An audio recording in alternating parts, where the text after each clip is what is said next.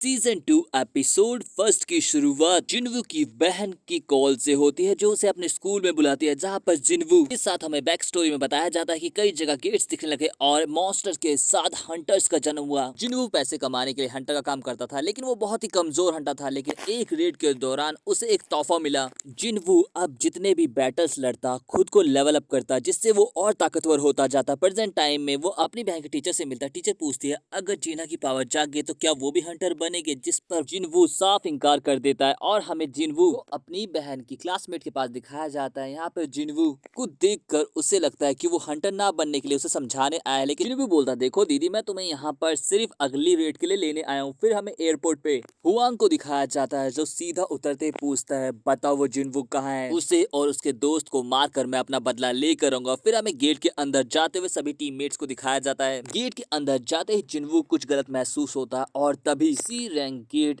S rank get में बदल जाता है। जिन्वू बहुत कोशिश करता है लेकिन बाहर नहीं निकल पाता और दूसरे ही पल सभी अपने आप को एक बर्फीली जगह पर पाते हैं, जहां पर जिन्वू और उसकी टीम का सामना आइस एल्फ से होता है। आइस एल्फ जैसे चालाक दुश्मन को देखकर किम जो कि ए रैंक का होता है वो बोलता है कि हम दो टीम में बच जाएंगे, बी रैंक के सभी मेरे साथ आएंगे और सी डी और ई रैंक वाले एक साथ जाएंगे। डी जिन जो कि बी रैंक हंटर होती है वो बोलती है कि मैं जिन्वू के साथ जाऊंगी और जिन्वू के पास जाकर बोलती है मुझे पता है तुम ए या फिर उससे ज्यादा रैंक के हंटर हो, क्योंकि मैंने आइस एल्फ के तीर को तुम्हें पकड़ते हुए देख लिया था और ऐसा तो ए रैंक हंटर बिल्कुल नहीं कर सकता। जिसके बाद किंग अपनी टीम के साथ निकल जाता है। किम के कुछ ही दूर पर उसे आइस बियर्स मिलते हैं जो किम की टीम को देखते ही उस पर टूट पड़ते हैं, लेकिन किम यहाँ पर उन्हें एक अच्छी टक्कर दे रहा होता है। दूसरी तरफ हिजिन अपनी टीम को रोककर बोलती कि ये आइस बियर का एरिया है, हमें यहाँ से चले जाना चाहिए। जिस पर जिन्वू बोलता है कि चालाक आइस एल्फ से लड़ने से अच्छा है कि हम आइस बियर से लड़ें और सभी को गर्म कोट निकाल कर देते हुए बोलता है तुम सब टेंशन मत लो और बस मेरे पीछे रहो और हाँ अब ना मुझसे कुछ मांगना और ना मुझसे कुछ पूछना। तभी आइस बियर आ जाते हैं लेकिन जिन्वू अकेले ही उन्हें निपटा दे और सभी को रेस्ट देकर अकेले ही जिन्वू अपनी शैडो आर्मी को लेकर आइस बियर की गुफा के पास पहुंच जाता है, जहां पर आइस बियर्स को शैडो आर्मी बहुत ही आसानी से हरा देती है। लेकिन तब गुस्से में बाहर उनका लीडर आता है जो पलक झपकते ही पूरी आर्मी को हरा देता है। लेकिन एक्रिस को उसे हराने में तो दिक्कत आती है, लेकिन एक्रिस उसे पलक झपकते बहुत ही आसानी से हरा देता है। यहाँ पे जिन्वू बोलता है अगर एक्रिस पूरे टाइम अपनी तलवार के साथ लड़ता